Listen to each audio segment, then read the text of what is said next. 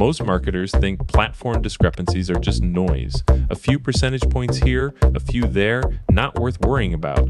That's how they talk about it. They're wrong. 2% isn't noise. It's a red flag that the platform's reporting is built on different assumptions. What's actually happening?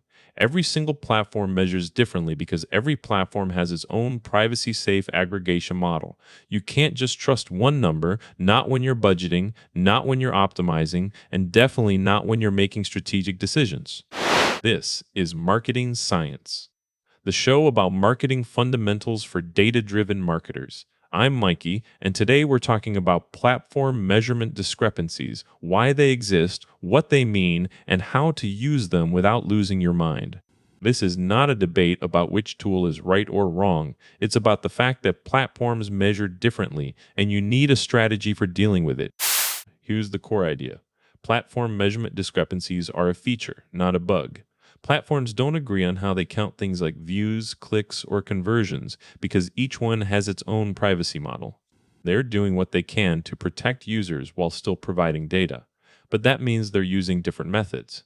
For instance, Meta might use an event-based model, and Google might rely on a touchpoint attribution system. That's why the numbers can differ by as much as 25% in ROI terms, not because you're doing something wrong, but because you're measuring the same activity in different ways. Now here's how to work with this, step by step. First, establish your control group. Before launching anything, determine which metrics are critical for your strategy and baseline them across platforms. You don't need to track everything at once, just focus on what you're optimizing for. If you're pushing a conversion, then you track conversions. If it's awareness, you look at reach or impressions. For example, if you're testing different creative assets across platforms, you might measure how many people saw each version. That baseline data is your reference point when you start running tests later. Second, set up your experiments. The key is not to rely on one platform's data alone. Start a controlled experiment where the same ad runs on different platforms, same creative, same targeting, same time. You'll get different numbers, but now you've got the ability to compare apples to apples within that test. That's the only way to truly understand if discrepancies are affecting your results. For example, let's say you want to test a new email sequence versus a video ad. You can't just compare the click-through rates from one platform to another and assume they're directly comparable, because each platform uses different definitions of what a view is or how it counts a click. Third, use reconciliation tables. These are your bridge from chaos to clarity. They help you map Platform A's data against Platform B's so you can see where the gaps are. In Module 8 of our workbook, we walk through how to build that table for a typical campaign. It's not complicated, it's just a matter of lining up the same KPIs across platforms and seeing where the deltas show up. You're not trying to get exact matches, but you're looking at patterns. For example, if Platform A shows 150 clicks and Platform B shows 120, that 30-click difference could be due to how each platform defines what a click is.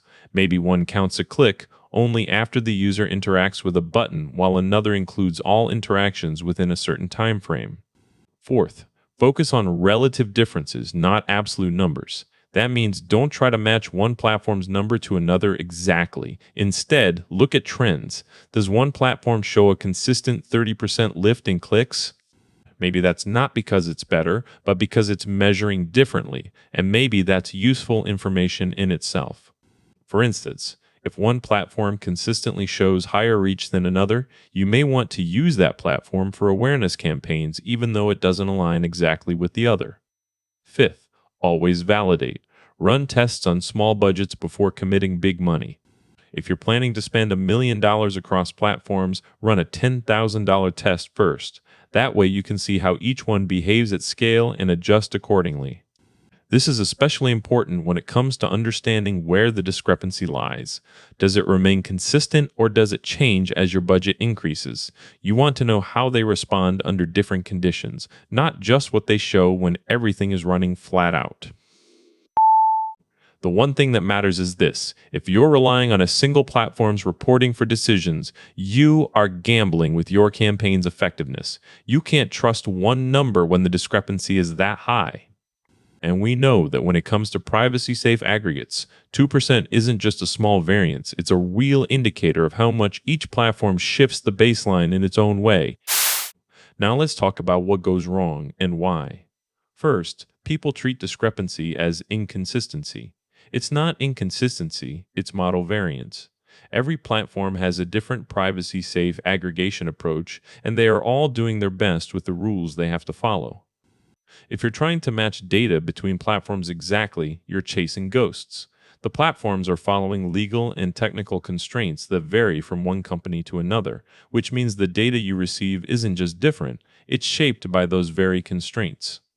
Second, teams assume that if two platforms agree on one metric, they'll agree on everything. That's not how it works. They might agree on views, but disagree on conversions because of differences in how they track post-click events or handle attribution.